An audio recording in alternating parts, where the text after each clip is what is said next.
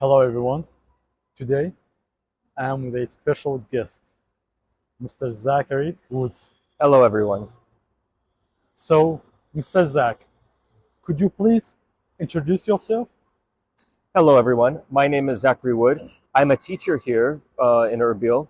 I've been in Kurdistan now for 2 years. I'm originally from the United States of America, from a state called Washington. Washington is in the northwest corner of the United States, near the border with Canada, north of Oregon, and west of Idaho. We border the Pacific Ocean.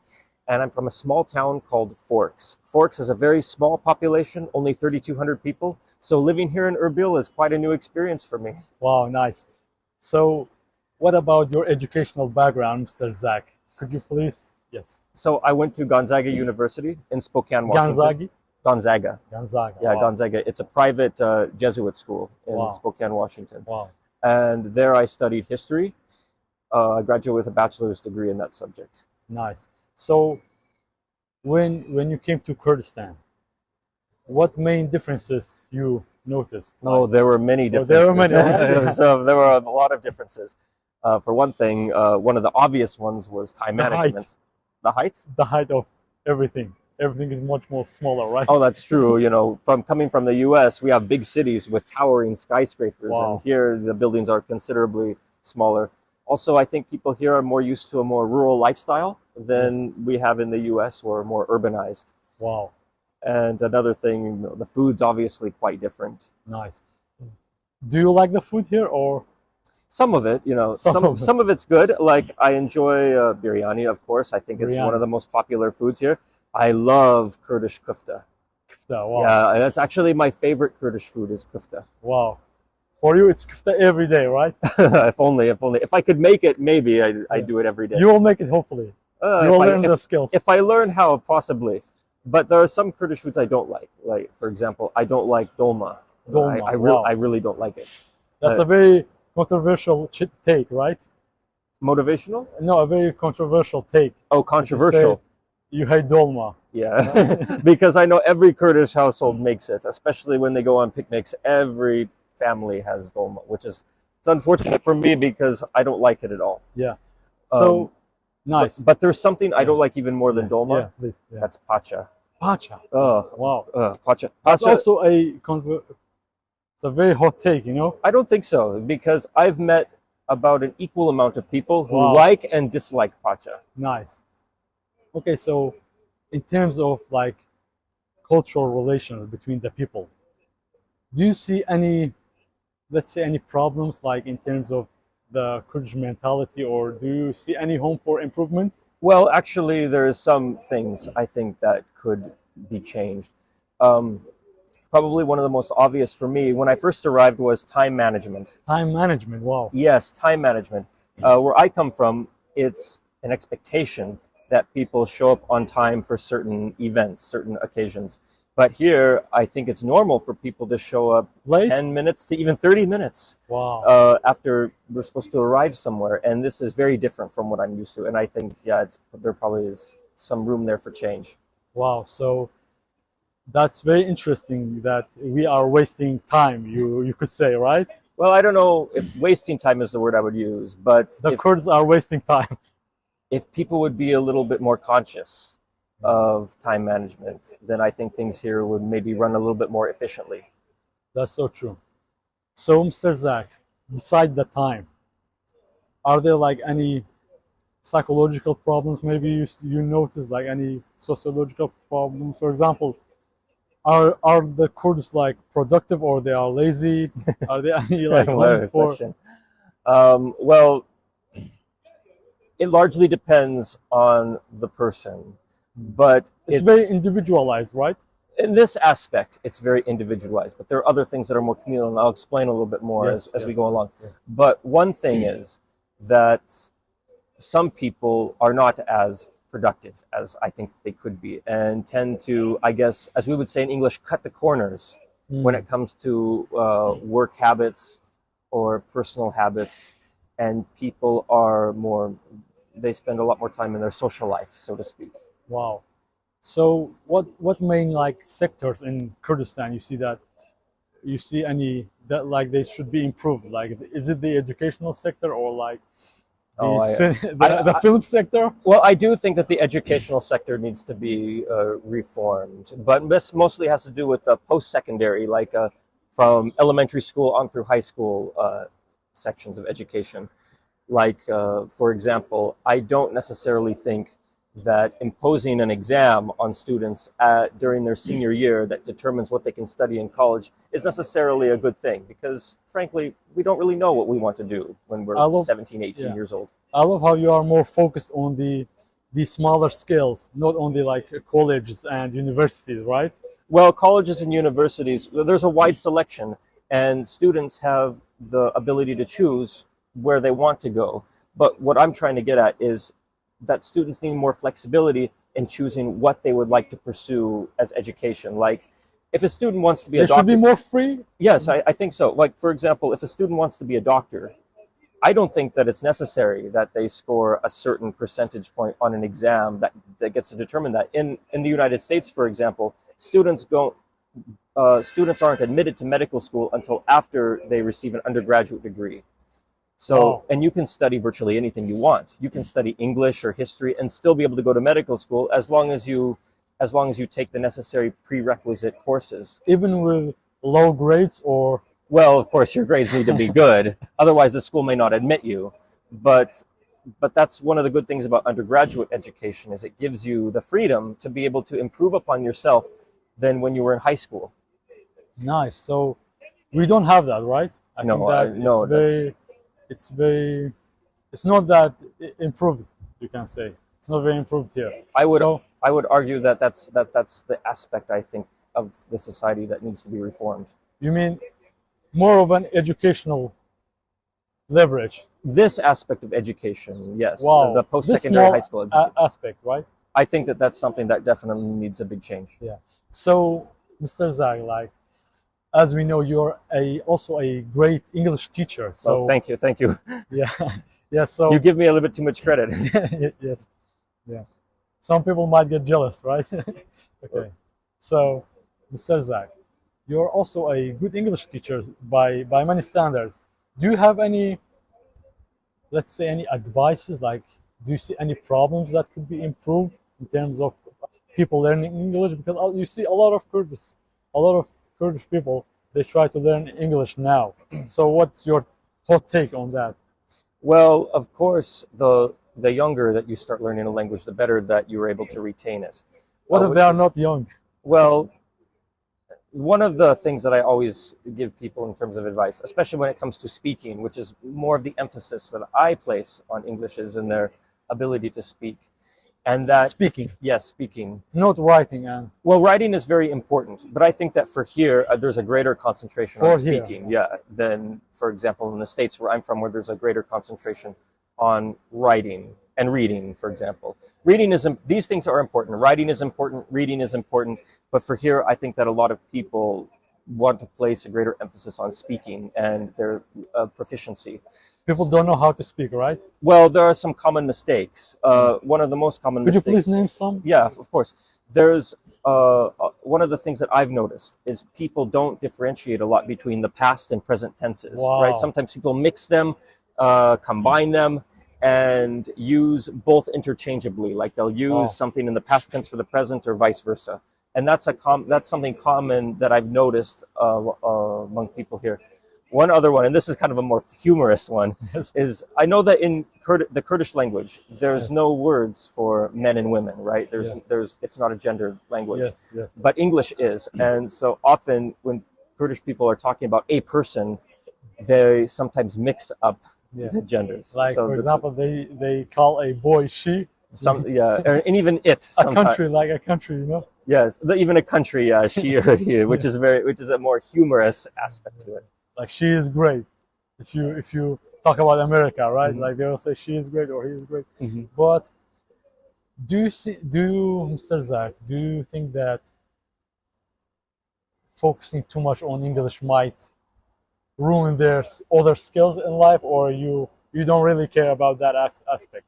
No, I don't really think that English will ruin their skills, because people all the time from all over the world learn a second language, even 3 or 4 languages. I mean that if But- you focus too much on like English only, do you think that's a good idea or no? Well, I don't think that they have to focus on English only. You could do English on the side along with other topics that interest you or Nice. that you want to pursue. Nice. So like they should multitask in a way to achieve their goals, right? Well, we all have to do that. Nice. We all have to multitask in some way Yeah, or another. nice. So, Mr. Zach, let's get back to some fun Kurdological questions. Go ahead. So, what interests you the most about the Kurds? Like, is it their history, their clothing, their culture, like the food? What is it like? Their All of- behavior? All of those things interest me. Wow. But I think that what I'm more drawn to is the historical aspect of the Kurdish people. Wow. For Are you aware of the history? Because most people are not really that informed. Well, I think that because We will not go there if you are not very informed about that. well, I understand. Yeah. Because historians rely on Yeah, primary yeah. resources a lot in order to give a detailed picture of the Nice. past. But You are Kurdish interested history, in the history. yeah, but Kurdish history has some blank spots in it. But one of the interesting questions that I've been kind of thinking about recently Researching, yeah. was the more ancient history of the Wow. Kurdish people. As you know, there is a saying that Kurdish people today are the biological descendants of the ancient Median people. Yes. I don't. You don't believe that, or No, what it's do you not that I don't believe it. It's that I don't have enough information to be able think? Yes, to me too. conclusively Yes, say yes, whether or not this is true or not. yes. Now, I'm interested in this idea, and I'm interested in kind of exploring it a bit more. And one of the interesting arguments I've heard in favor of this theory is a more linguistic approach, because there are some similarities between the Kurdish language and the Persian language.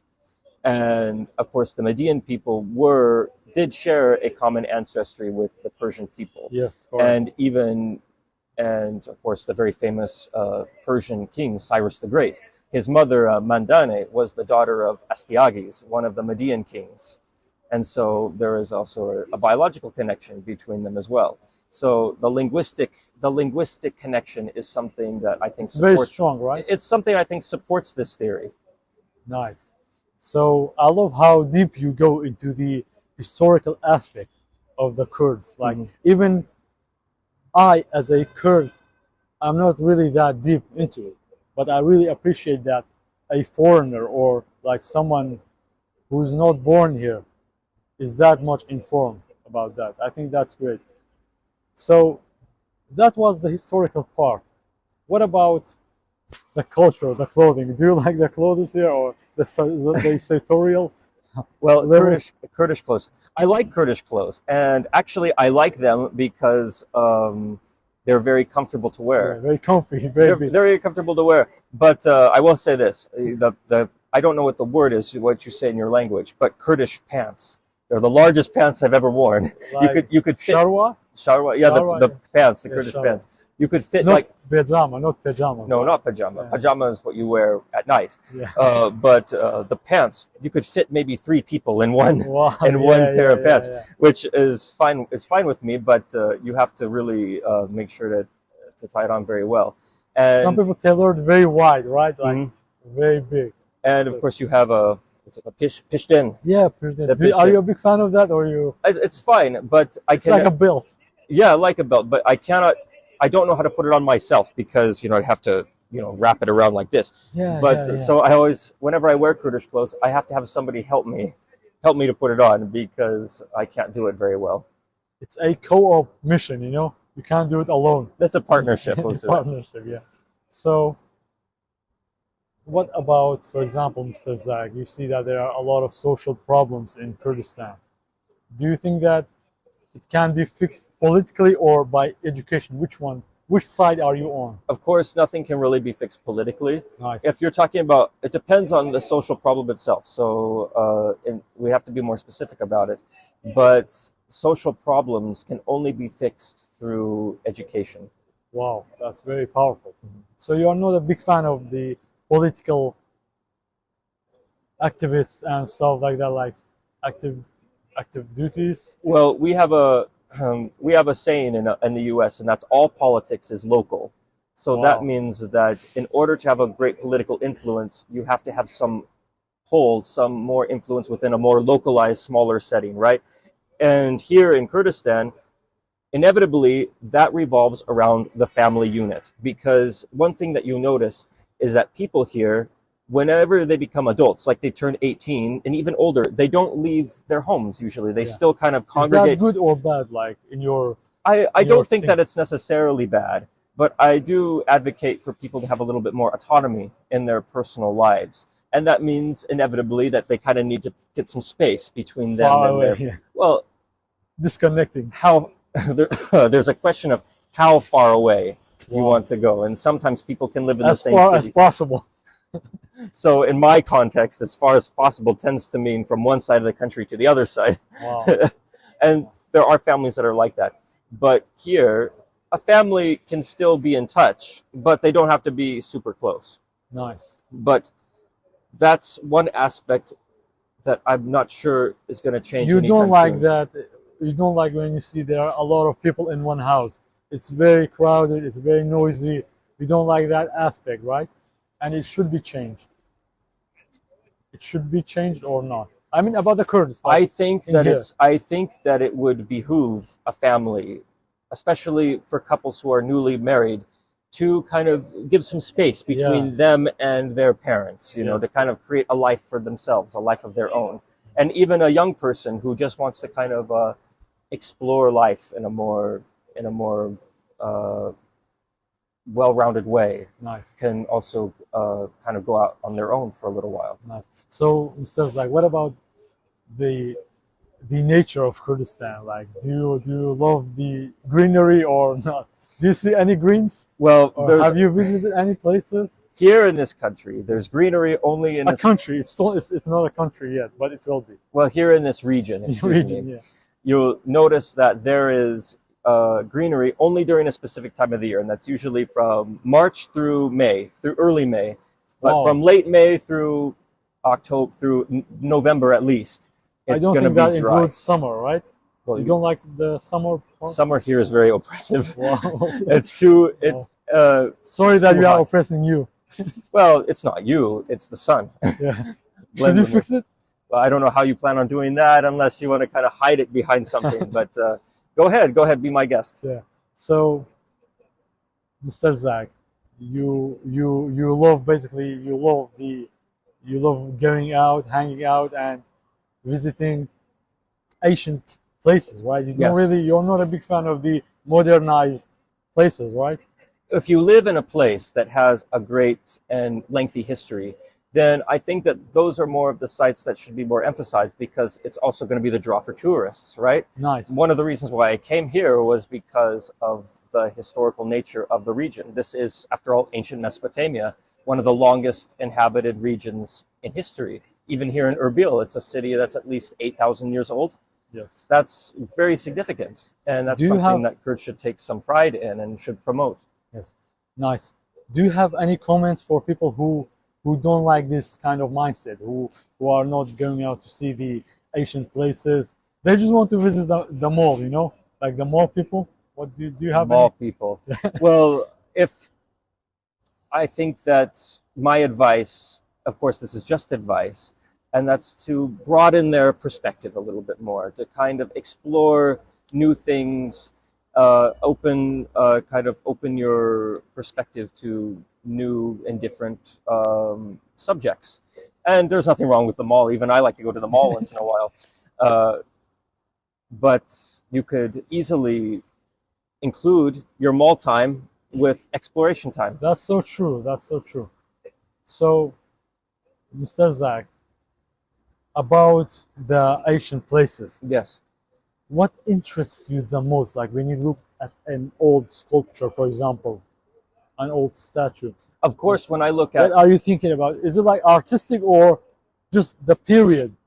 a little bit of both. For Wow. one thing, I think about the great ingenuity of the people who built this, of the people who carved this. Ingenuity, can you please elaborate? Like, We're what think- do you mean by that? we today in the modern world, we marvel at buildings like those around us. But when we think about people who lived thousands of years ago, 2,000-3,000 years ago, and we look at the things that they were able to build with the technology that they had, is extraordinary. You can look at something like here in Mesopotamia, we had the Hanging Gardens. Yes, yes. One of the Wow. seven wonders of the ancient world, the great city of Nineveh, where modern day Mosul is. Yeah, Or something that's still standing. The pyramids in Egypt, for example, the Parthenon in Athens, the Colosseum in Rome. Even in the Americas, we had pyramids of ourselves in Mexico and Central yeah, America. We look at these magnificent structures, and we think, how in the world did people, without the technology that we have today, without cranes, without tractors, without the things that we have, how are they able to construct them? And it boggles a person's mind. And I think it just goes to show the great intelligence that people even thousands of years ago had, in the sense of beauty that they also must have had. Because when you look at a sculpture, it's a beautiful thing, and they pay attention to detail when they sculpt something. nice, So it's, when you think about it, the people back then are not so different from the people today. nice. Do you believe in any conspiracy theories about the historical buildings? If you mean, do I think that human beings had help from, let's say, for example, people from another universe, Yeah, yeah. another planet? Yeah. I have to say no. Do you have I don't see any evidence for that. nice? Do you have any comments for people who are believing in that? Do you Well, have any advice for them? Like, I'm not trying to kill. I'm not trying to destroy your fascination, and I always encourage people like that to continue to research. But you should know that there's nothing that exists today that supports it. Wow, nice. So, Mr. Zach, have you ever visited the Arab populated cities, or like Unfortunately, Baghdad, or unfortunately, no. Though not yet? I would like to. I would like to see some of the more, I guess, as you put it, the Arab majority cities in Iraq, Baghdad, for example, Basra, Nasiriyah, Mosul, because these cities are also very unique. Yes. For example, the city of Nasiriyah in the south of Iraq sits right outside the ancient city of Ur. Ur, of course, was an ancient Sumerian city. It's the birthplace of Abraham. Wow. Abraham, the patriarch. Along with other ancient Sumerian cities like Uruk, for example, which during the ancient world was probably one of the largest cities in the world. It's another ancient Sumerian city. It's where Gilgamesh was king. You know the story of Gilgamesh, who was the subject of of an ancient epic poem. Nice. So the history is very rich. Yes, the history of this country is very rich, and unfortunately, I feel it's unappreciated. Wow. So one of my goals is to kind of create greater awareness for the local population of its history. Wow, nice. I think that you will do amazing work on that field. Thank you, I appreciate that. We really believe in you. So Mr. Zach, another very interesting point. You see that some you can say individuals, they don't really like their history. For example, they want to delete their history. Do you think that we should progress? Should we forget history, or should we be more traditional? What do you think about that? Well, Without being political. Well, there's that old saying, those who forget history are doomed to repeat it, right? Wow. Although I think that the history repeating itself is kind of inevitable anyway. However, I think that to address your point, I think that it has to do more with how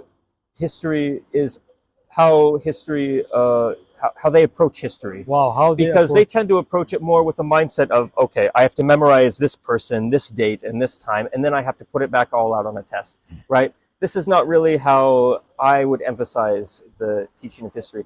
I would say, okay, think of a topic from the past. Yes. You could address something like, okay, how did the Roman Empire fall? Wow. How were the pyramids built? What caused the Bronze Age collapse? How was it that Babylon was able to become established as an independent city-state? Wow. What caused led to the birth of agriculture, for example, the development of agriculture, Nice. or the development of the city, right? Think of a question that you have from the past. So, like, what led to this? So right? it should not be like what time, what date, This, why the date, well, why the time. let's say you have a question about something from the past.